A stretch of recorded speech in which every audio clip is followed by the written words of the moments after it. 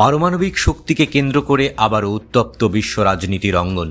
পরমাণু নিরস্ত্রীকরণ চুক্তি নিয়ে যুক্তরাষ্ট্রের সঙ্গে আবারও উত্তেজনায় জড়িয়েছে ইরান। পরমাণু চুক্তি নিয়ে এই দুই চিরশত্রু দেশের মধ্যে সমঝোতার সম্ভাবনা তৈরি হলেও এখন তা হয়ে উঠেছে দ্বিধা, দ্বন্দ্ব আর অবিশ্বাসের এক রসদ। ইরানকে চাপে ফেলতে নতুন নতুন বাণিজ্যিক নিষেধাজ্ঞা দিচ্ছে যুক্তরাষ্ট্র।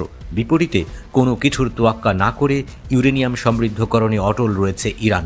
এমন পরিস্থিতিতে হুঁশিয়ারি পাল্টা হুঁশিয়ারি দিয়ে একে অন্যকে চোখ রাঙাচ্ছে যুক্তরাষ্ট্র ও ইরান। এই প্রেক্ষাপটে পরমাণু চুক্তি নিয়ে দেখা দিয়েছে অনিশ্চয়তা। শেষ পর্যন্ত সত্যিই পারমাণবিক আলোচনা ব্যর্থ হলে এবং এ নিয়ে সংঘাত শুরু হলে মধ্যপ্রাচ্যে থাকা মার্কিন ঘাঁটিতে হামলা চালানোর হুমকি দিয়েছে ইরান। বুধবার সাপ্তাহিক ব্রিফিংয়ে যুক্তরাষ্ট্রকে এই হুমকি দিয়েছেন ইরানের প্রতিরক্ষামন্ত্রী আজিজ নাসিরজাদে। আগামী কয়েকদিনের মধ্যে যুক্তরাষ্ট্র ও ইরানের মধ্যে পারমাণবিক চুক্তি নিয়ে ষষ্ঠবারের মতো আলোচনা হবে। এর আগেই এমন হুঁশিয়ারি দিয়ে রাখলেন তিনি। ইরানের প্রতিরক্ষামন্ত্রী বলেন, মধ্যপ্রাচ্যের মার্কিন সামরিক ঘাঁটিগুলো ইরানের মিসাইলের আওতায় রয়েছে।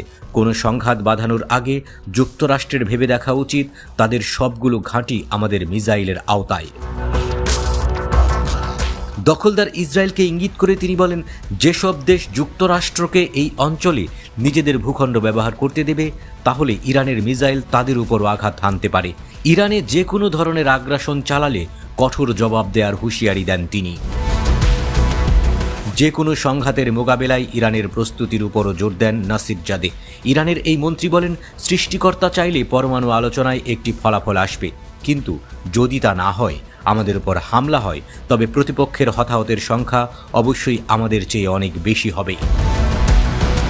এদিকে এই উত্তেজনার মধ্যেও যুক্তরাষ্ট্রের সঙ্গে দ্রুত একটি ফলপ্রসূ চুক্তির বিষয়ে আশা করছেন ইরানের পররাষ্ট্রমন্ত্রী আব্বাস আরাকচি। আরাকচির মতে, যে কোনো সফল চুক্তি হওয়ার পূর্ব শর্ত হল দুই পক্ষকেই স্বার্থ সংশ্লিষ্ট বিষয়গুলোর ভারসাম্য রাখতে হবে। ইরানের উপর আরোপিত বাণিজ্যিক নিষেধাজ্ঞা তুলে দিলে তেহরান চুক্তির বিষয়ে ভেবে দেখবে বলেও ইঙ্গিত দিয়েছেন তিনি। এদিকে যুক্তরাষ্ট্রের সঙ্গে উত্তেজনার মধ্যেই একটি 2 টন ওয়ারহেড সজ্জিত শক্তিশালী নতুন মিসাইলের সফল পরীক্ষা চালিয়েছে ইরান। এই বিষয়ে দেশটির প্রতিরক্ষামন্ত্রী নাসিরজাদে বলেন, আমরা আমাদের প্রতিরক্ষার বিষয়ে খুব ভালো অগ্রগতি অর্জন করেছি। আমাদের যোদ্ধারা সম্পূর্ণভাবে সজ্জিত।